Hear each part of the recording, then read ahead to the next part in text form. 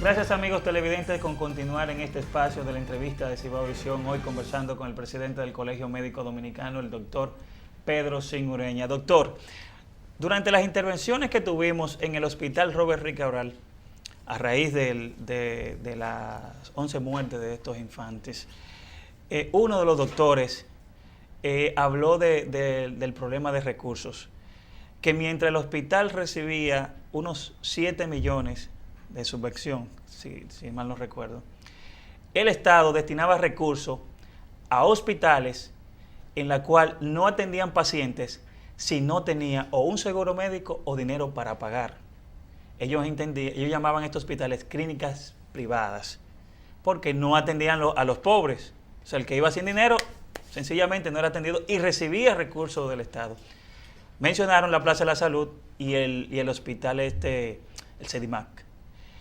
¿Usted entiende que el Estado debe seguir suministrando recursos a estos hospitales mientras tiene a hospitales como la Angelita, o la Angelita no, el Robert Rick Cabral, en estas condiciones? Nosotros entendemos que el Robert Rick debe, con prontitud,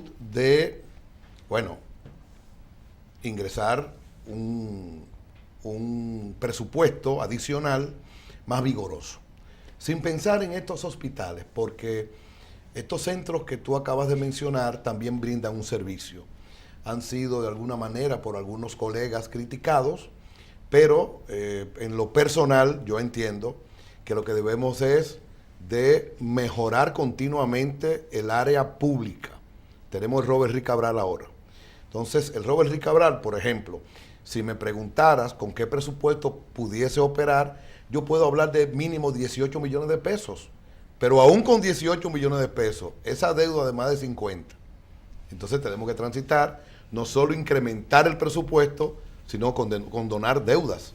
Doctor, vemos que el presidente de la Cámara de Diputados, Abel González, eliminó el llamado barrilito y supuestamente ese dinero va a ser entregado para invertirlo en el sector salud. No así los senadores, están renuentes a dejar eso. En el caso del presidente de la Cámara de Diputados, en el caso de Abel, somos amigos, yo le conozco. Hay dos cosas que yo debo de decir. La primera es que es un planteamiento con valentía, un planteamiento que él reconoce que era una crítica permanente de la ciudadanía. Y entonces lo que yo entiendo es que ese planteamiento debe de someterse a una serie de parámetros importantes. Por ejemplo, a mí me parece que ese monto debe de partir del Estado hacia el ministerio. Me explico. Para que no haya ningún tipo de malentendido y de que no se vaya a pensar que cada diputado en su provincia va a llevar un dinero. No, no. La salud se planifica. Eso es por un lado. De hecho, el presupuesto, él envió una carta al Poder Ejecutivo donde él le pide al presidente que sea el que maneje esos fondos y sean entregados al Ministerio de Salud. Debe de ser así. Y por otra parte, si nosotros nos quitásemos esta chaqueta de presidente del Colegio Médico y nos colocamos una de ciudadano, que tenemos también derecho a la participación política, nosotros decimos que esa actitud de nuestro querido amigo Abel es eminentemente, fundamentalmente una actitud bochista. Y eso es bueno. Eso es bueno. Doctor, hay un problema, se han presentado varios problemas en el caso de malaria en San Cristóbal y hay preocupación en la población con este tipo de enfermedad. ¿Qué piensa el doctor de esta situación? Sí, malaria es una enfermedad transmitida por un mosquito también, es el anófeles, pero este mosquito tiene otras características diferentes a la Aedes. Es más un poquito de aguas, un poquito más turbias, ¿no? Más sucias. Y entonces, bueno, pues puede producir la muerte. De hecho, lo hemos visto cada vez que colocan la foto de la niña en el recuadro con su madre abrazándola. Es muy penoso, es muy triste. Es de las cosas que nosotros los médicos todos los días vivimos, sobre todo el ámbito pediátrico, el ver niños graves, el ver niños que cuando lo sacamos de la complejidad, bueno, pues está bien, hay gozo, pero cuando vemos la situación ya que una madre pierde un niño y que pudo haber sido evitable de alguna manera. Doctor, ahí en donde usted habla de evitable, sabemos que la chikungunya inició en San Cristóbal. Sí. Entonces, creó una crisis porque a la población completa le dio chikungunya. Ahora bien, ¿qué está haciendo el sector salud para prevenir eso de la malaria, de trabajar en la prevención y no en la crisis? Es muy complejo, ¿eh? Nosotros hemos dicho que tenemos que segregar. No hace falta educación desde la escuela. Importante. ¿Para qué? Para evitar los criaderos. Entonces eso por un lado. Pero también hay que destruir, desaparecer los que ya existan. En la época de lluvia debemos tener presente que hay que duplicar los esfuerzos. Los ayuntamientos, las alcaldías tienen que participar. Todos esos solares baldíos que tienen la hierba muy alta, cuando llueve, todos esos cacharros que están dentro se llenan de agua. Entonces son un medio favorable para el crecimiento y la producción del mosquito. Bueno, pero no solo eso. Solo la fumigación nos sirve para erradicar el mosquito adulto.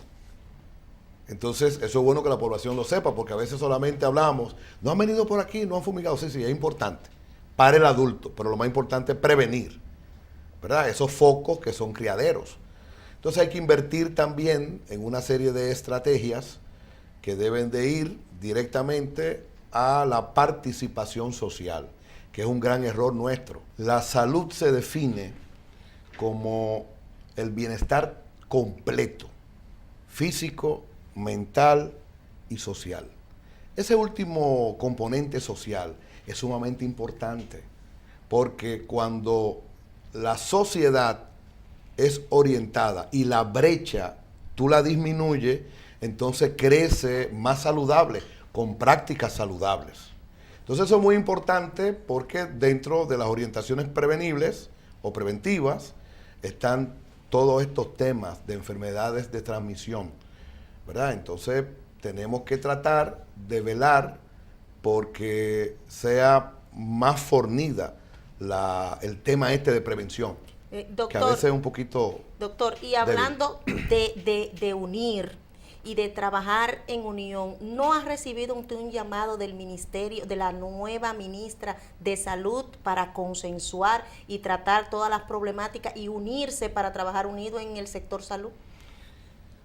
Bueno, sí, es importante nosotros no solo percibir el interés de las autoridades ministeriales, sino además que nosotros con toda seguridad nos reuniremos la próxima semana.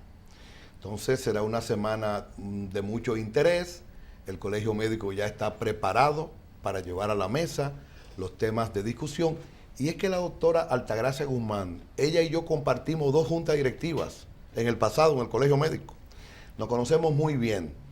Y yo entiendo que ella está en el temperamento, ¿verdad?, de socializar con nosotros.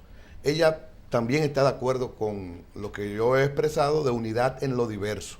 El país tiene muchos problemas. Nosotros nos parece que sería un buen mensaje que ellos ya vean el ministerio junto con el Colegio Médico, sobre todo después de esta situación de confrontación breve que ocurrió, que ya fue resuelta. Entonces es un buen mensaje, pero sobre todo, luego de reunirnos, nos interesa también dar el segundo paso, que es igual o más importante, porque esa unificación debe de llegar al Palacio Nacional. Doctor, pero sin recursos, ¿vamos a resolver los problemas nada más con unificar? No, para nada. No hay solución, no hay inicio de la solución, si no es con una inversión en el área de la salud, en este caso focalizada en el Robert Rick Cabral. Me parece que ya ustedes han visto, la Cámara de Diputados, el Senado, están transitando ese camino de reflexión, porque ellos son conocedores de la dificultad que hay. Y es muy bajo, la inversión es baja hacia el área de la salud y esperamos que se incremente. Hasta ahora 0,011, 5.500 millones, eso es muy poco lo que salió en la prensa como planteamiento hacia las cámaras. Yo visité la Cámara de Diputados y entonces me consta, ellos están muy, pero muy preocupados porque ellos entienden que debemos de recibir el sector salud mayor apoyo en términos de inversión. Doctor, hablando también no podemos dejar de hablar del ébola. ¿Está el país preparado? ¿Cuenta con los equipamientos necesarios para combatir esta mortal enfermedad que nos tiene atemorizado a todos los dominicanos, al mundo diríamos?